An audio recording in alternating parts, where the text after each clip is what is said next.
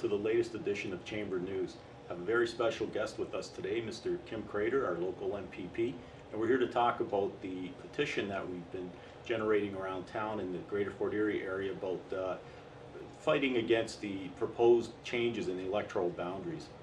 Kim, you initiated this petition, and we thank you. And how about giving the people a little bit more background on what exactly this is for? Every 10 years, the Government of Canada does a review of the boundaries for election purposes. And so we're coming up to 2013, and so they're looking at proposed changes to the boundaries that we have in Ontario. And the other thing that's happening is the Government of Canada has decided that we don't have enough federal members of Parliament. So the public thinks we have more than enough of us, probably too many politicians. But they're proposing to add 80 more MPs across Canada. So here in Ontario, we will get 15 more MPPs. So you have two things happening at the same time. And what was brought to my attention is that the commission, there's a commission that deals with the boundaries, and they had sent out a public notice saying that they were going to meet in Niagara Falls, and thank you very much for attending, and they were looking at the boundaries here in the Niagara region. And right away, what caught my attention when they said they were looking at changing the boundaries so that Niagara Falls, Niagara on the Lake, and Fort Erie would not be the boundaries anymore for this riding. And Fort Erie in particular was going to be pulled out and be put into the Welland Riding. And that's when I had huge concerns. And I'll just share with you, Dean, like, it's not like before I was the MPP in 2007, but I was elected in 2003, so I represented Niagara Falls, Niagara Lake, and Thorold South. I didn't have Fort Erie.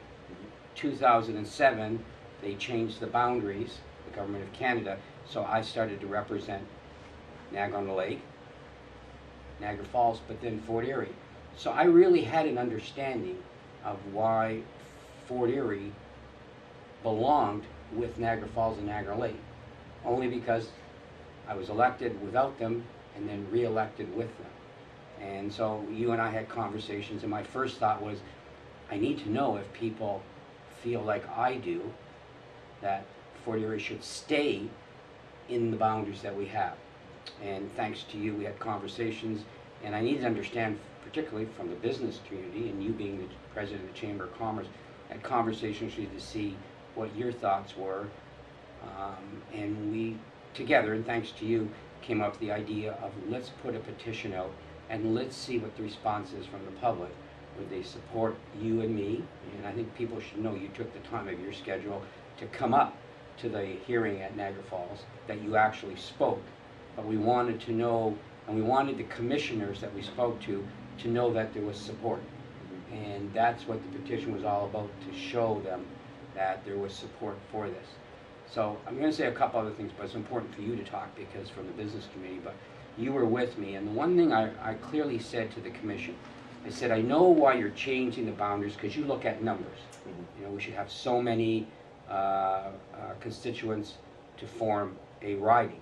You know, there's a low and a high. And I said, but I look at it differently. I look at how do you best serve the people. So I know you remember me saying to them, just don't look at numbers. And I said, this riding is better served by having the three together, and the people are better served. So please don't get caught up in just plugging numbers in. Then I know you made some comments there from the business perspective of why the riding should stay the same. So it'd be good for the public to hear what you said at the meeting. Sure, thanks very much. Some of the points from a business perspective is simply business alliances, business relationships have been formed, not just with Welland, but primarily with businesses of Niagara Falls and up the highway. Right. We share a lot of commonalities together, which you're aware of, border issues, the QEW, the Niagara Parks Commission. A lot of our businesses will travel, up the road to work in Niagara Falls in those areas. A business person actually brought up a very simple but important matter and said, okay, am I gonna have to make a long distance phone call to my MPP in Welland if this gets changed? It's true. That is, it will be long distance too. And you'll probably need a government grant to cover it too, yeah, okay. So it's simple like that, and this isn't anti-Welland or pro No. Fort Erie at all. No. This is about what's best for everybody in general, and also perhaps even languages. The city of Welland's got quite a large francophone Yeah. population, and I think that they would probably be better served staying in their areas because of that. We've generated quite a bit of interest. We have hundreds and hundreds of signatures, and as you said, on that day we presented, I believe it was 300 to 400 to the commission, and we're still collecting more. So for the people that are out there, our goal is to get at least 2,000 signatures. So we're hoping that if you see a petition somewhere, please sign it. If you haven't signed it, it's very important, because I had mentioned to somebody, a customer of mine today, that you know, it's important to get this done, and if in 6 months they change it, then everybody's going to be saying, why did they change it? Well, now's our chance. Here's the chance to voice your opinion. It's better now than later, because you won't be able to change it back once they make the decision. Yeah, and you're right. And I don't think, and you said it so clearly, the message hasn't got out there to the public, particularly the people of Fort Erie, that this is happening. Petition, thanks to you and your organization, the Chamber, is getting out there. Thanks to Trent, that's videotaping us today, and we hope to get the message out there. But you and I know the one theme that we both presented to the commission is that there's a common interest, and there's a community interest between the three communities. For example, and I want to repeat some of it, because the Parks Commission, you have a representative who sits on the Parks Commission, because the Parks Commission covers from Niagara Lake to Fort Erie. And so you have a representative from the town of Fort Erie, Niagara Falls, and Niagara Lake, who sit on one of the most important assets we have. Does it make sense to move you over to Welland? Doesn't. There was really positive reasons. The bridges, and we communicate with each other. As an MPP, I get the opportunity to talk to the Peace Bridge Commission, to the Rainbow Bridge, to Queenston, because there's a common interest. You know, and I've been met with the senators and with the state legislatures to try to work on this issue with passports. Well, to them, to the state side, it always made sense, because they'd say, well, you're a border MPP. That makes sense. You're right along the border. Right. So it was a whole bunch of really positive reasons. This was nothing to do with politics. It was to do what was best for the people of Fort Erie. So we're hoping that the message resonates with the federal government's commission, Electoral Boards Commission, that just please don't look at the numbers. Look at what best services the public. Speaking of numbers, let me ask you this. What is their boundary or their limits for population that they're looking at? The figure that they quoted to us, and you were there, and was that they wanted to keep it within about 100,000, 104,000 to around 128,000. Okay. You know, the high and the low. And they felt that this riding was getting to that point where it was going to, they said it was going to outgrow the numbers to fit in the riding that we have now. Good. No, those are the figures they quoted to us. And what happens for us is, under the legislation, and before I was elected, the government prior to us made this decision that they were going to match the federal government. And so I guess the other option, and I don't know if our government would want to go down that road, is to change the legislation saying we'll create our own boundaries.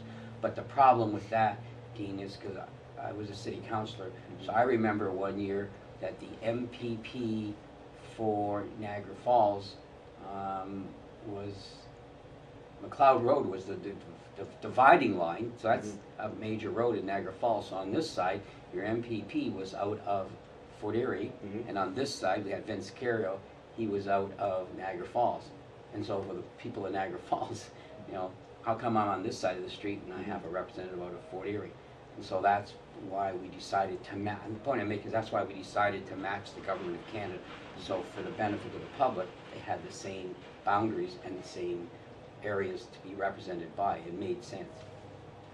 Just that day at the commission, listening to the various presenters, it makes so much sense to leave the boundaries for Fort Erie, Niagara, Niagara Lake as they are. They're clean, they're whole communities. They were talking about cutting up perhaps Niagara on the Lake, cutting up St. Catharines, cutting up certain municipalities just to fit into the numbers. And to me, just sitting back and look, it doesn't make sense. No, and what's happened now, I will share with you, is that in Niagara-on-the-Lake, because they weren't in the equation, but when you and I went to the hearings, suddenly a couple other people spoke, said, well, I'll change the boundaries and I'll cut Niagara-on-the-Lake up and I'll part of it go to St. Catharines, some will stay over here. And of course now in Niagara-Lake, they're now becoming concerned because they're saying, what are you doing here? You know, we're fine the way we are, we want to stay with Niagara Falls, and we want to stay whole. Don't you start cutting up our community. It's not the way to represent them. So I've talked to the mayor there and the council, and I think they're going to be, I think, they'll speak for themselves, they're going to take a position, and I've been asking them to support our position that the entire riding stays the same. So hopefully, you know, the message comes out loud and clear, and hopefully the commission will take a look at it and realize why it's so important for this area in particular, why they need to stay together. I think to coin a phrase, if it ain't broke, Don't fix it. don't fix it. Yeah, don't need to be fixed, yeah.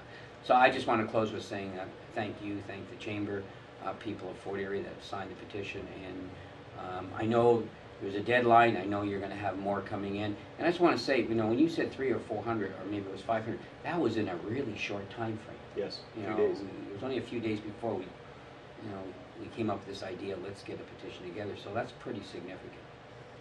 So I want to thank Kim Craitor. It really shows his commitment to our community and to the riding as a whole. So Kim, I know you're busy, and I know you're probably off to another event in the next few minutes, so we thank you for taking time out of your schedule and talking to us on the Chamber News.